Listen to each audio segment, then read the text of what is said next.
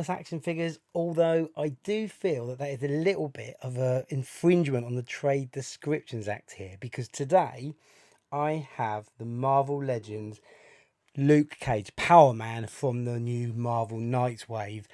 And it is, well, I'm going to say it's a marvelous looking action figure, but it's not actually a marvelous action figure. There's a lot wrong with it, but let's talk about some good stuff first of all. So from the Marvel Knights range, you've got the new Iron Man, you've got Iron Man from the Gamerverse there.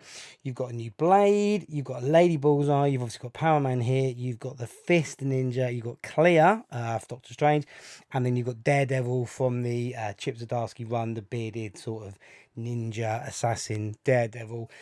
I've been after this Luke Cage for so long.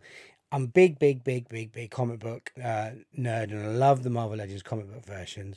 So I've been desperate to get this figure. It is a gloriously great looking figure.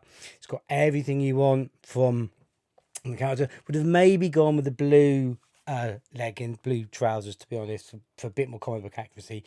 But that said, I have no complaints with this. It's a super looking figure. It comes with a pair of hands, and that's it. I'm just going to grab those here across the camera.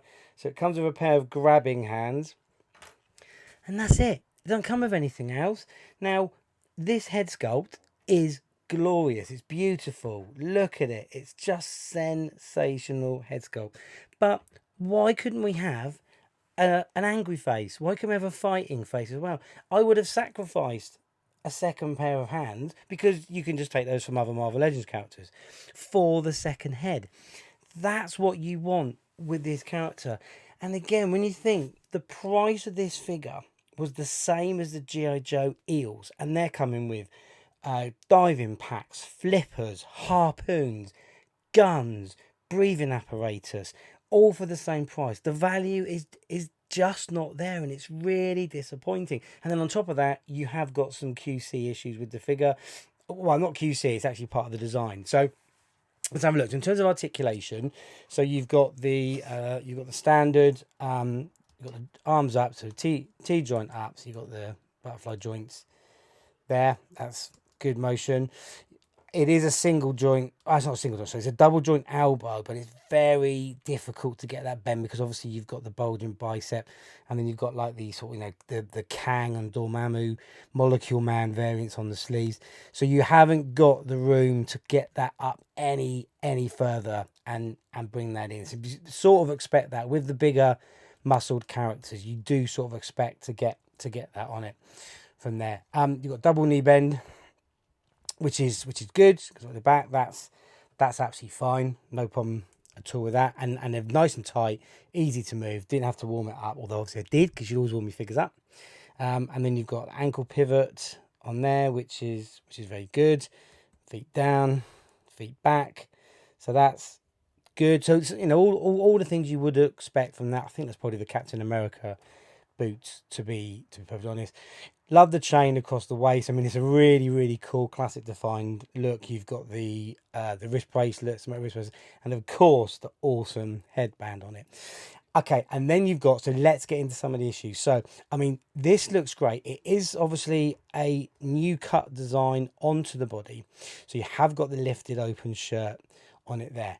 But with that comes the problem, and as you can see here, so if I lift the arm up under the arm, now that is a really wide cut on the shirt, and it's almost impossible, and you see some pictures here that I've done of this, to disguise that. So I'm either going to have to edit that out and colour that bit in on there, or all the shots you're going to be doing, I'll try to get it in such a way that you're trying to cover it up, but whatever angle you do, you can't do it, and it's just too wide. Now, the simple solution would be just paint that yellow. So under the skin there, just paint around there, a little diameter around it, just paint that yellow as well. Then you wouldn't have that issue with it, because it's at all angles as well. So whenever you've got the arm down, you've got the top bit on there. And I don't understand it. They've done sort of scientist tunics and that sort of thing on them before. So I don't understand why you've got it such a bad colour scheme on there, that you could have painted that in yellow and you've not seen that, and it just obviously ruins it, because it's not a tunic, it's an actual shirt, and that's what it should look like on there. And the other thing you have got, or haven't got rather, is because of this cut, because of this top, you've got no ab crunch.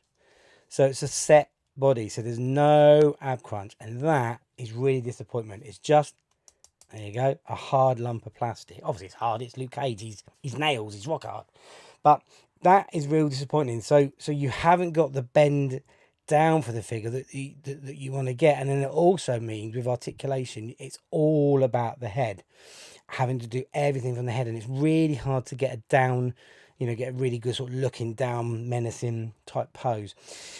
So these are the limitations with the figure. I mean, it's a good twist at the waist, but again, because of the bout there, could there have been a solution for that? I'm sure there could have been. They managed it on the Monaco Man. I'm sure there could have been a solution for that.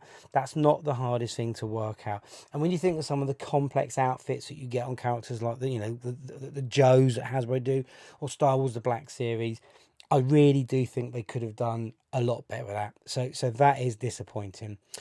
Okay, so I'm going to just scale him up now. I was putting with some other of my favourite Marvel characters that's sort of out of the same era, and let's see how he looks. Okay, so here he is with the Big Daddy himself, Wilson Fisk, the Kingpin, and Jennifer Walters, the sensational, or savage, She-Hulk.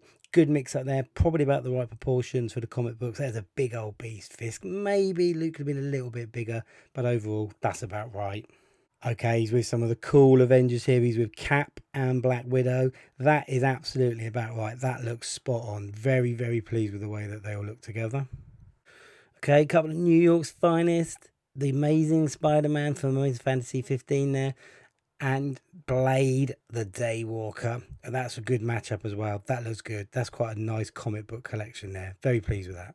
And finally, put him in with Bulldozer and Pile Driver from the Wrecking Crew. 50% of the Wrecking Crew there. Two big chunky beasts with him.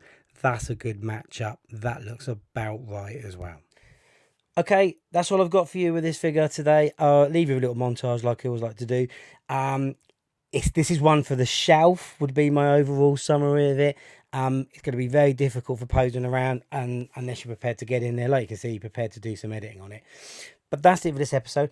Thank you very much. Let me know if you got this figure. Let me know what you think. Let me know if you found ways around that in terms of posing that under the arm there so you don't see that cut.